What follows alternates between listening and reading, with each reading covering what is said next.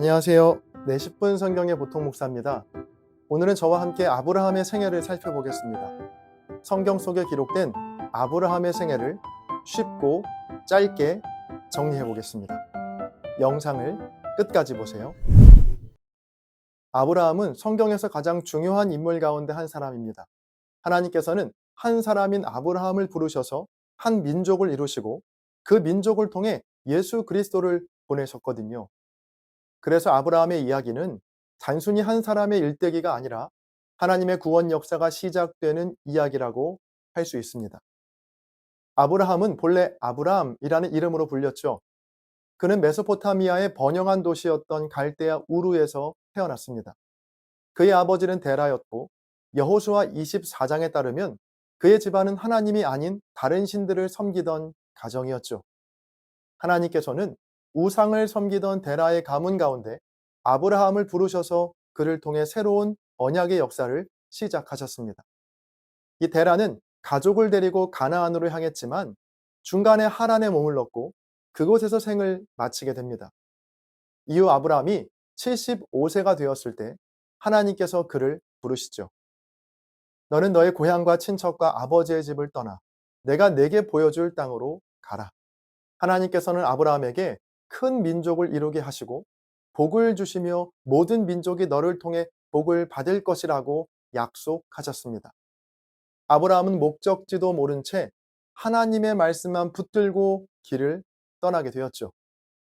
히브리서 11장은 이것을 믿음이라고 설명합니다. 가나안에 도착한 아브라함은 세겜과 베델 등 여러 곳에서 제단을 쌓으며 하나님을 예배했습니다. 하지만 곧 기근이 찾아왔고 그는 애굽으로 내려갑니다.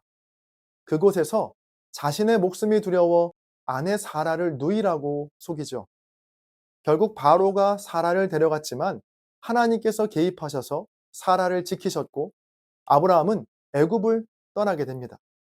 믿음의 사람도 두려움 앞에서는 넘어질 수 있다는 것을 보여주는 사건이죠. 가나안으로 돌아온 후 아브라함과 조카 롯은 재산이 너무 많아 함께 살기 어려워지게 됩니다. 서로의 목자들이 다투자 아브라함은 조카에게 먼저 좋은 땅을 선택하라고 양보하죠. 롯은 눈에 보기 좋은 소돔과 고모라가 있는 요단 지역을 선택했고 아브라함은 가나안 땅에 머물렀습니다. 하나님께서는 바로 그때 아브라함에게 가나안 온 땅을 약속하시죠. 얼마 지나지 않아 롯은 전쟁에 휘말려 포로가 됩니다. 아브라함은 자신의 집에서 훈련된 318명을 이끌고 롯을 구출하죠. 돌아오는 길에 살렘 왕이자 하나님의 제사장인 멜기세덱을 만나 축복을 받고 11조를 드리게 됩니다. 멜기세덱은 훗날 예수 그리스도를 예표하는 인물로 성경에서 소개하고 있죠. 그러던 어느 날 하나님께서는 아브라함을 밖으로 데리고 나가 밤하늘의 별을 보여주며 말씀하십니다. 그를 이끌고 밖으로 나가 이르시되 하늘을 우러러 뭇별을 셀 수 있나 보라. 또 그에게 이르시되 내 자손이 이와 같으리. 아멘. 그때 아브라함은 하나님의 말씀을 믿었고 하나님께서는 그의 믿음을 의로 여기셨습니다. 이어 하나님께서는 횃불 언약을 맺으시며 언약의 책임을 당신이 친히 감당하시겠다고 약속하시죠. 하지만 시간이 흘러도 아이는 태어나지 않았습니다. 결국 사라는 자신의 여종 하갈을 통해 아이를 얻자고 제안했고 아브라함은 그 말을 받아들였습니다. 그렇게 이스마엘이 태어났지만 이것은 하나님의 약속을 기다리지 못하고 인간적인 방법을 선택한 결과였죠. 아브라함이 99세가 되었을 때 하나님께서는 다시 나타나셔서 그의 이름을 아브라함, 곧 많은 민족의 아버지로 바꾸셨고 사레의 이름도 사라로 바꾸십니다. 또한 언약의 표징으로 할례를 명령하시면서 내년 이맘때 사라가 아들을 낳게 될 것이라고 약속하시죠. 얼마 후 하나님께서 사람의 모습으로 아브라함을 찾아오십니다. 사라는 장막에서 그 약속을 듣고 속으로 웃었죠. 하지만 하나님 안에서는 불가능한 일이 없죠. 이때 하나님께서는 소돔과 고모라를 심판하시겠다는 계획도 알려주시는데요. 아브라함은 의인 50명부터 10명까지 간절히 중보하며 하나님의 자비를 구합니다. 결국 10명의 의인도 없었지만 하나님께서는 롯과 그의 가족을 구원해 내십니다. 이후 아브라함은 그랄 지역으로 옮겨가서 또다시 사라를 누이라고 속입니다. 자, 이번에는 아비멜렉 왕이 사라를 데려갔지만 하나님께서 꿈에 나타나셔서 그를 막으셨고 사라는 무사히 돌아오게 되죠. 하나님은 인간의 반복된 연약함 속에서도 약속을 신실하게 지켜가십니다. 마침내 아브라함이 100살이 되었을 때 약속의 아들 이삭이 태어납니다. 사라는 하나님이 나를 웃게 하셨다라고 고백하는데요. 25년을 기다린 약속이 마침내 이루어진 것입니다.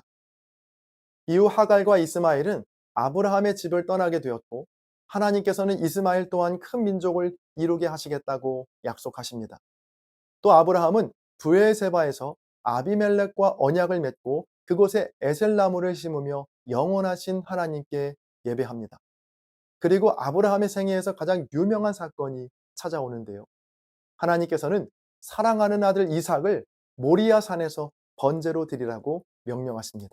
아브라함은 하나님의 명령 앞에 이유를 묻지 않고 순종하죠. 이삭을 제단 위에 올려놓는 순간 하나님께서 그를 멈추게 하셨고 대신 미리 준비하신 순양을 보여주십니다.